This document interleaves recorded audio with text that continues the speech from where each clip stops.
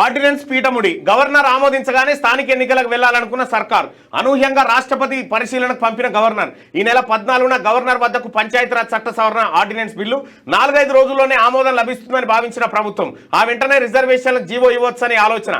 ఇంతలోనే బిల్లును రాష్ట్రపతి పంపిన గవర్నర్ నిర్ణయం వెనుక కేంద్రం ఉన్నట్టు రాష్ట్ర సర్కార్ అనుమానం. ఇప్పటికే రాష్ట్రపతి వద్ద పెండింగ్ లో 2 బీసీ బిల్లులు. కేంద్రంపై ఒత్తిడికి ఆగస్టు 5, 6, 7 తేదీల్లో ఢిల్లీ వేదికగా రాష్ట్ర సర్కార్ పోరాటం.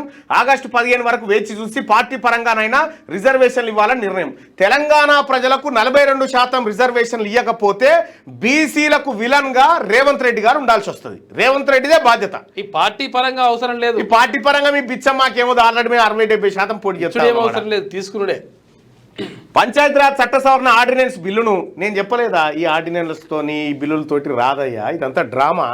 వీళ్ళు మన ముంగట జరిపోతులు ఆడిస్తున్నారు, మన ముంగట బీసీల ముంగట ఏదో వీళ్ళు కష్టపోతులు లెక్క పని చేస్తున్నట్టుగా యాక్టింగ్ చేస్తున్నారు. కానీ దీంతో కాదు, వాళ్ళకు కూడా తెలుసు ఆ విషయం. కాదని మనకంటే ఎక్కువ వాళ్ళకి ఎరక ఇది కాదు కావద్దని కూడా.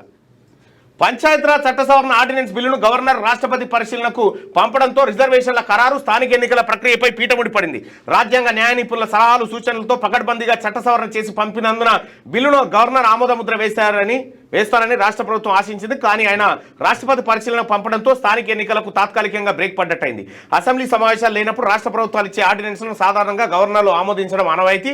ఈ నెల 14న గవర్నర్ వద్దకు పంచాయతీరాజ్ చట్ట సవరణ ఆర్డినెన్స్ బిల్లు వెళ్ళగా 4-5 రోజుల్లో ఆమోదం లభిస్తుందని రాష్ట్ర ప్రభుత్వం భావించింది. ఆ తర్వాత వారం రోజుల్లో హైకోర్టు ఆదేశాల ప్రకారం రిజర్వేషన్లు ఖరారు చేసి తర్వాత స్థానిక ఎన్నికల షెడ్యూల్ ఇవ్వాలని ప్రణాళికలు వేసుకుంది.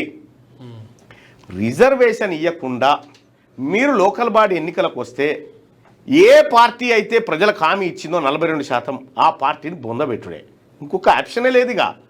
మిమ్మల్ని రాజకీయంగా సమాజ్ చేసుడే మీ పార్టీని మా బీసీలకు మోసం చేస్తే ఇదొకటి. ఇక నిన్న 2 ఆర్డినెన్స్లు వచ్చినాయి. నేను మండల సభ్యుని కాబట్టి నాకు పంపిస్తారు. 2 ఆర్డినెన్స్ ప్రైవేట్ యూనివర్సిటీల బిల్లు ఆర్డినెన్స్ వచ్చింది. మళ్ళా సంగారెడ్డి జిల్లాలో గ్రామాలను తీసుకుపోయి మున్సిపల్లో కలిపి ఆర్డినెన్స్ వచ్చింది. దానికి ఏ బాధ లేదు. బీసీలకు రిజర్వేషన్ కానీ బాధ చూసుకో ఎట్లా లెక్కుందో.